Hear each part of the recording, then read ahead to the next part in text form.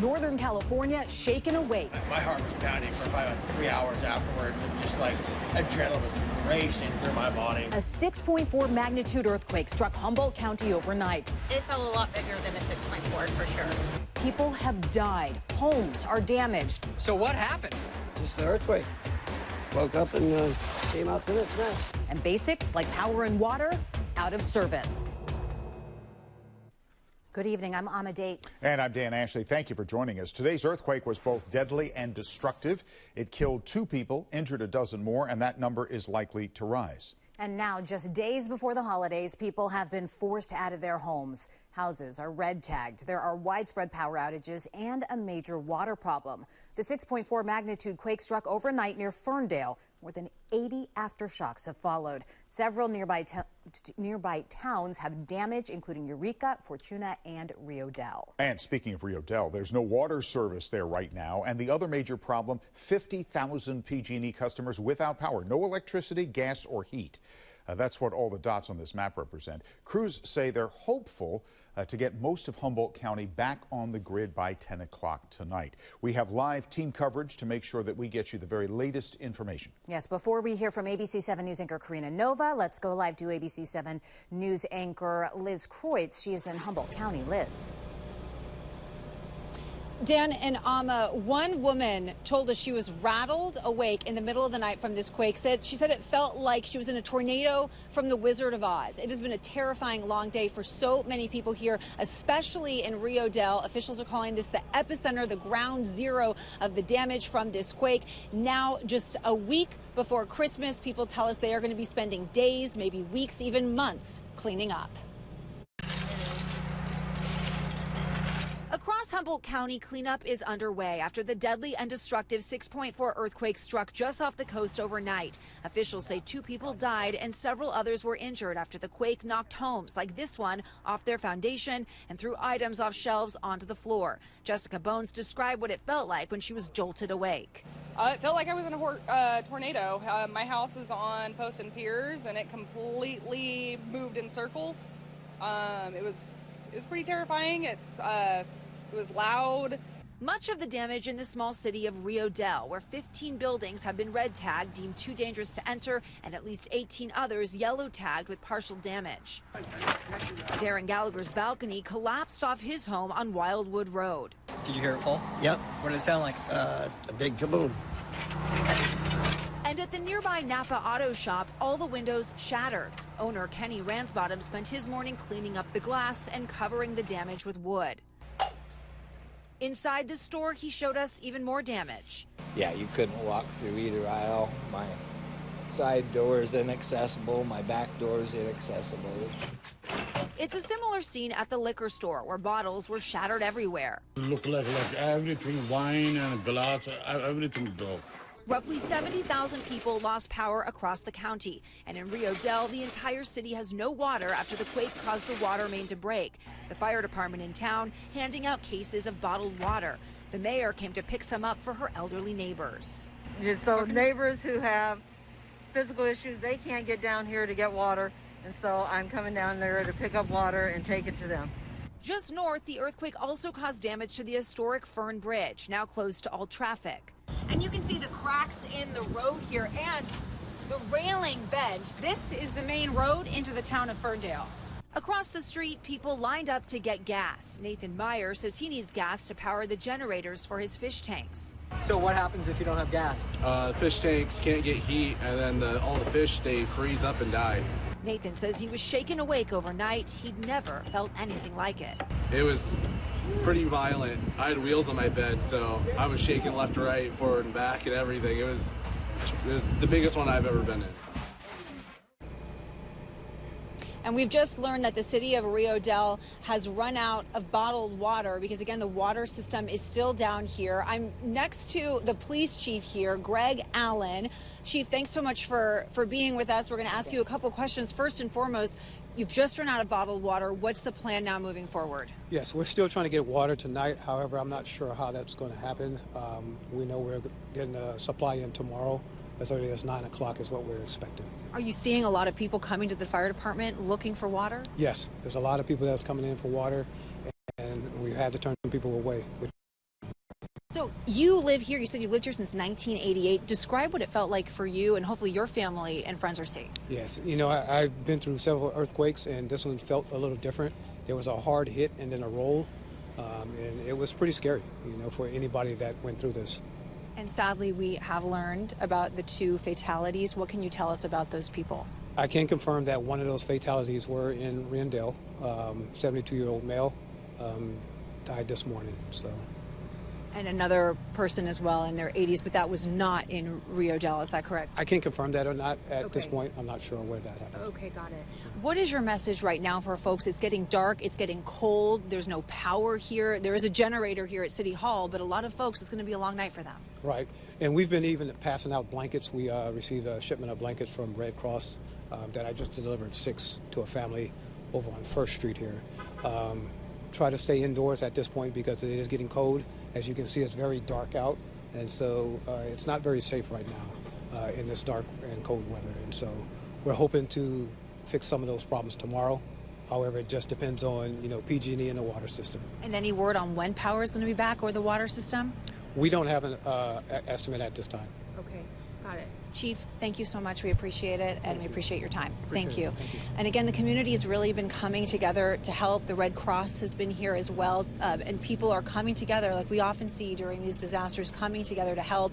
Again, a very difficult time, especially here during the holidays. Live in Humboldt County, Liz Kreutz, ABC7 News. Yeah, a lot of people are going to want to do what they can to help. Thank you, Liz. Well, water is among the biggest issues for people in Humboldt County right now, along with housing. ABC7 News anchor Karina Nova is in the newsroom continuing our live team coverage with an update on the quake's significant impact. Karina? Dan, it is significant because some people will be sleeping at a Red Cross shelter tonight. That's been set up in Fortuna for people affected by the earthquake. And there's still a concern about aftershocks. In fact, 50 of them have already been felt in the area, including one at the sheriff's press conference today. Aftershocks also. Uninvited guests. Again, the other 2 major problems are with housing and lack of water. Officials say the city of Rio Dell was hit the hardest. The city is reporting significant structural damage, including gas and water lines. 15 homes have been red tagged. People have to leave Christmas week. Imagine that. The city is asking for anyone who can take people in to help. And while some people's homes weren't damaged, they're left without running water. Currently in the city of Rio Dell, the water system is not active. So if you turn on your tap, no water will come out. Your toilets won't flush, all of those problems. We're working diligently on this, but unfortunately at this point in time, I do not believe that we will have water restored to the city by this evening. So we're looking at potentially a 24 to 48 hour situation with no running water. And that's an even bigger issue because, as you just heard from the police chief, they've run out of bottled water, but they're hoping to get more tonight or tomorrow morning. And portable bathrooms have been set up to help some people as well. A boil advisory has also been issued for multiple cities. And along with not having water, 50,000 people in the county at this point are without electricity. You can imagine that'll be tough as the temperatures drop tonight. Pacific Gas and Electric Company is actively working to restore power there.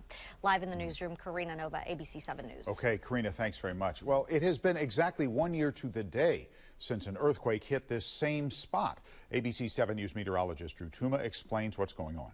This is an area called the Mendocino Triple Junction. We actually have 3 plates coming together in this area. You have the North American plate, the Pacific plate, and the Gorda plate. And when they come together in this area, it's very common to have earthquakes. In fact, this time last year, this exact date in 2021, we did have a magnitude 6.2 earthquake in the region, but it was much deeper. It was about 27 kilometers in depth. So fewer people felt that earthquake. This one this morning was about 10 kilometers deep, so shallow in nature. And that's why a lot more people felt this earthquake.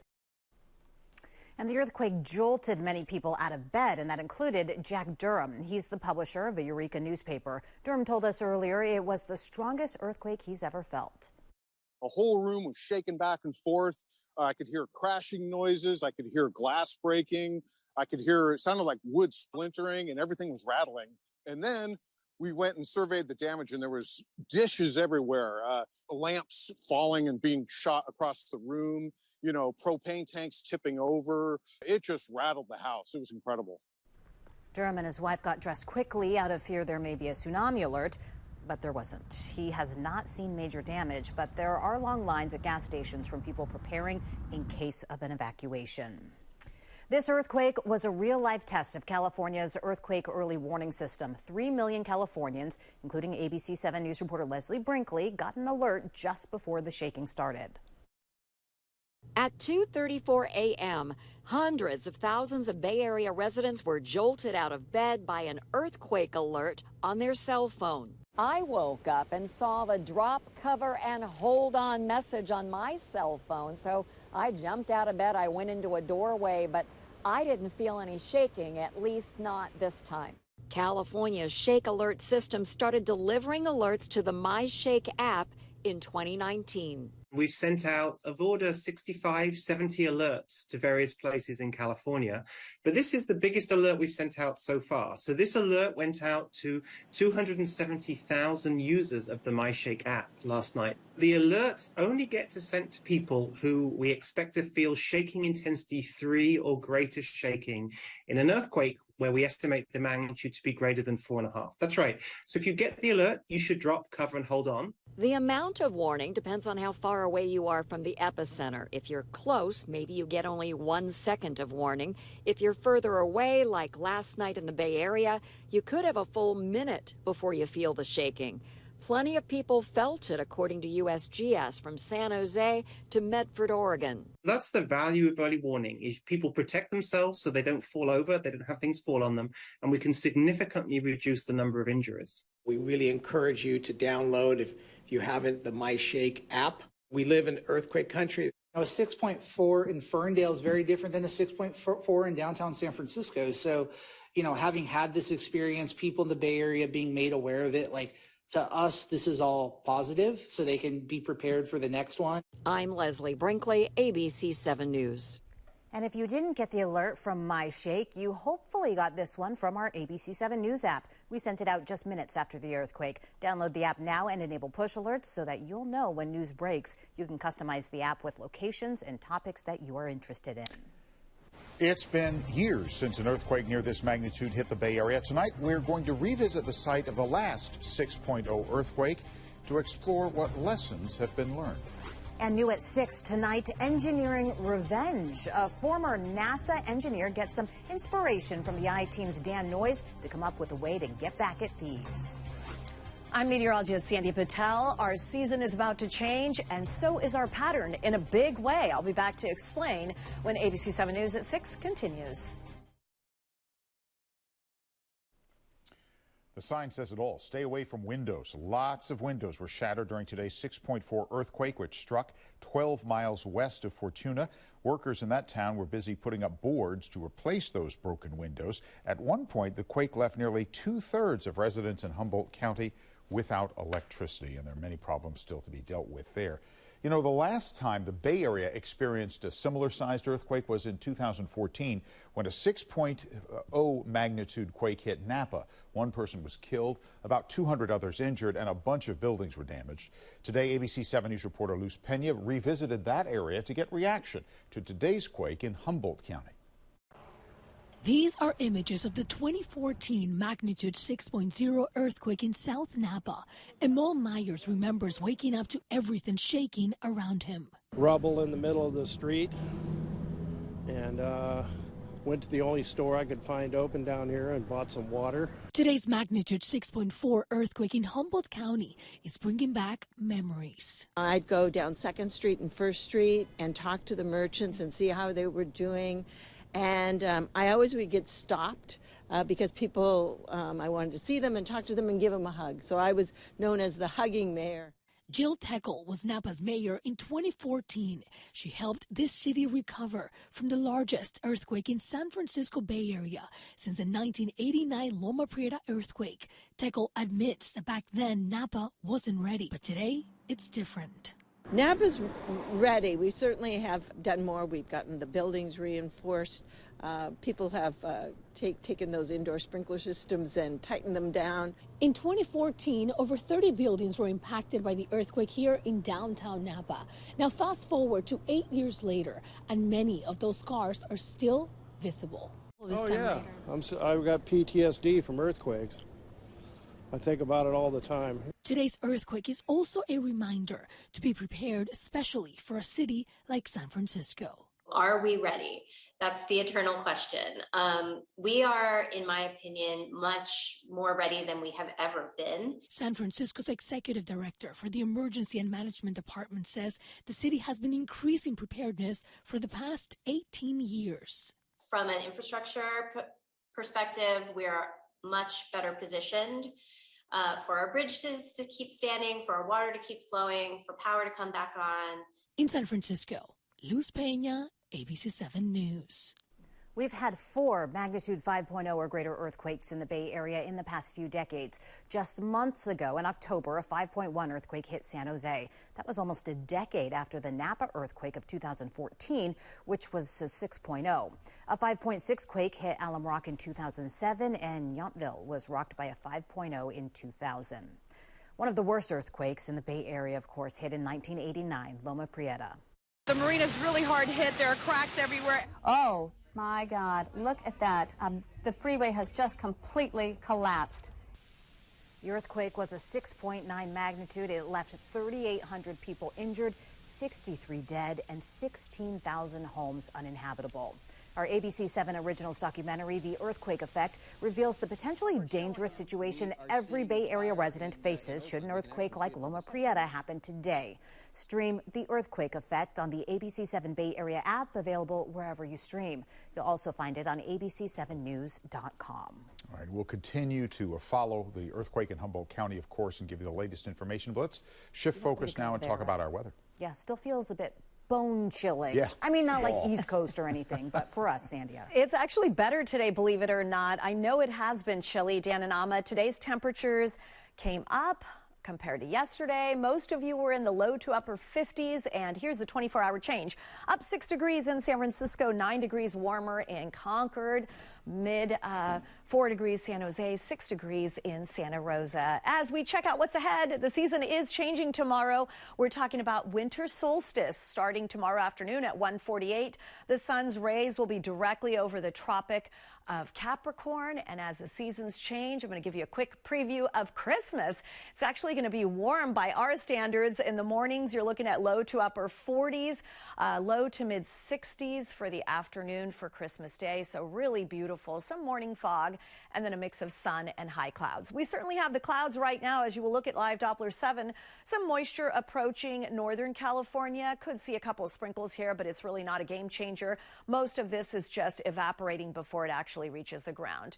Here's a live view from our Santa Cruz camera where all is calm right now. A look at those temperatures: 50 in San Francisco, Palo Alto, Oakland, you're at 49 degrees, San Jose 52, and Half Moon Bay 54 degrees. From our Oakland airport camera, we are looking back towards San Francisco, and the visibility is good right now. Mid 40s though in Novato and Fairfield, so you will need a jacket if you still have to do some holiday shopping. 51 in Santa Rosa, 46 in Livermore. And speaking of holiday, look at this festive view from our Exploratorium camera as we look at San Francisco's Embarcadero. Winter starts tomorrow at 1:48 p.m. Warming trends ahead for the holiday weekend, and we are looking like it's going to be a wet pattern that unfolds as early as next week. So stay tuned. For now, though, I do want to show you a couple of systems that are going to try to get in here. The first one right now, we're seeing the potential for sprinkles. Tomorrow morning, it's going to be fog and clouds.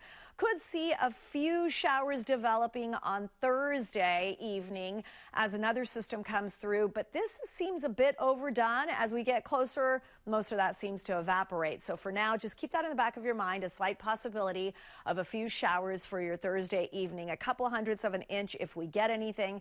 Most of you will not measure. Temperatures first thing tomorrow morning in the mid-30s to the low 40s. Combination of fog and some higher clouds. And then for the afternoon, you're looking at a pleasant day with more sun in the southern part of our viewing area, more clouds to the north, mid-50s to the low 60s for your Wednesday. A look at the AccuWeather's 7-day forecast. Winter begins at 1:48 p.m. and we have that slight chance of a few showers on Thursday, maybe a little dip in those temperatures, but then they come right back up again, low to mid-60s for the end of the week, heading into Christmas. I mean, temperatures are going to be above average for this time of year with 66 inland, low 60s coast. Just in time for Santa's deliveries. No problems weather-wise, although we need the rain. Looks like it's going to hold off until Tuesday, and then maybe Wednesday we might get into a wet pattern, so stay tuned. Excellent. All right, thanks, Sandia. Internet for all. It's a goal that is now closer to becoming reality in California. Stay with us. Building a better Bay Area. Moving forward, finding solutions. This is ABC7 News. A deadly earthquake rocks the Northern California coast. The 6.4 magnitude quake shook people awake overnight in Humboldt County, killing 2 people, injuring 12 others, and causing widespread destruction. The epicenter was near the town of Ferndale, and several nearby towns have damage. Fortuna, Rio Del, and Eureka. More than 80 aftershocks have followed. This quake is the strongest in California in 3 years. I've never seen anything like it, and honestly, it was like, flashing before your eyes, kind of like what you think the world would be ending is, things just start to crumble apart. The earthquake left behind a trail of damage. The historic Fern Bridge over the Eel River in Ferndale is closed. Structural engineers from Sacramento will arrive tomorrow to work on repairs. 50,000 PG&E customers are without power. The utility expects to have most service restored by 10 tonight. Humboldt County has issued a boil water advisory. The entire city of Rio Del currently has no water. The Red Cross has opened an emergency shelter at the Fortuna Firemen's Pavilion. All right, let's move now to a story from the ABC7 News team that is new at 6. A Silicon Valley engineer has built a massive following online by getting back at porch pirates and those who break into cars. Yeah, his latest video, released just 3 days ago, already has more than 14 million views. And it features the work of I-Team reporter Dan Noyes, who joins us live with the story. Dan, it's an entertaining approach to a serious topic. Well, Ahmed, Dan, his videos are a lot of fun to watch, and his latest one exposes a technique using those car break-ins that we haven't seen before, and it's a good warning for all of us. Mark Rober is a former NASA engineer who makes videos to get young people interested in science. Been at it more than 10 years. He got inspiration for his most popular series after this couple stole a package off a Silicon Valley porch. Even though he had video, he told me the police wouldn't take action. Then I just got to thinking, like, wait a second, I could actually do something about these guys and make it a deterrent for them to steal packages in the future. Rober built bait packages that activate when opened, spraying the thieves with glitter, dousing their home or car with stinky liquid, scaring them with a harmless countdown that makes them ditch the box so Rober and his team can retrieve it. It's Rober's take on those Home Alone movies where Macaulay Culkin battles the bad guys. And it's such a part of, like, the charm of, like, using harmless things to get back at these guys. In previous years, Rober placed glitter bombs in cars in San Francisco, and he couldn't figure out why the thieves weren't opening them. Then he came across my I-Team report from April. Oh my God. Stay in here. Get down. Now, for the first time, we're seeing what appears to be the next step in the criminal enterprise, an open-air market for stolen goods. Well, after watching your video and seeing, like, oh, it's a fencing operation, and the value to them isn't to open it, it's just to take the thing as is to the person to get cash, it's like, that makes sense. In these break-ins recorded in San Francisco just last week, Rober was able to show the efficiency with which the thieves work. And while this guy looks like Iron Man here, just casually pushing his hand through, what you don't see on his palm embedded in the glove is a sharp ceramic chunk or a spike of hardened steel, sort of like this. And he caught a technique they're using, breaking those small side windows. But the real reason for breaking the small window was to pull the back seat down and check the trunk. Which means if you take nothing else away from this video, you should know putting your luggage in the trunk is not a solution to keep it from getting stolen. Rober has been planting glitter bombs on porches and in cars for the past 5 years, and he actually sees a promising trend. It was harder to get thieves to steal packages out of cars in San Francisco, he says, and more Good Samaritans turned in packages left at group mailbox sites. Maybe they've seen all the other glitter bomb videos, so they're so afraid of glitter and no one's willing to steal a package. That's my hope. That's my hope. So could it be true? I checked our neighborhood safety tracker just a moment ago, and sorry to say, over the past 12 months, the number of vehicle thefts is the highest it's been since 2015. Clearly more work to do. I'm posting a link to Mark Rober's videos and his toy company at ABC7news.com. Dan Ama. Oh, wow, Dan, that was incredible to see. Yeah. We like his effort. Exactly. Right. All right, thank you. The neighborhood safety tracker that Dan mentioned can also be found on ABC7news.com. It's an interactive way to check on crime in your neighborhood and see how it compares over time and to other places.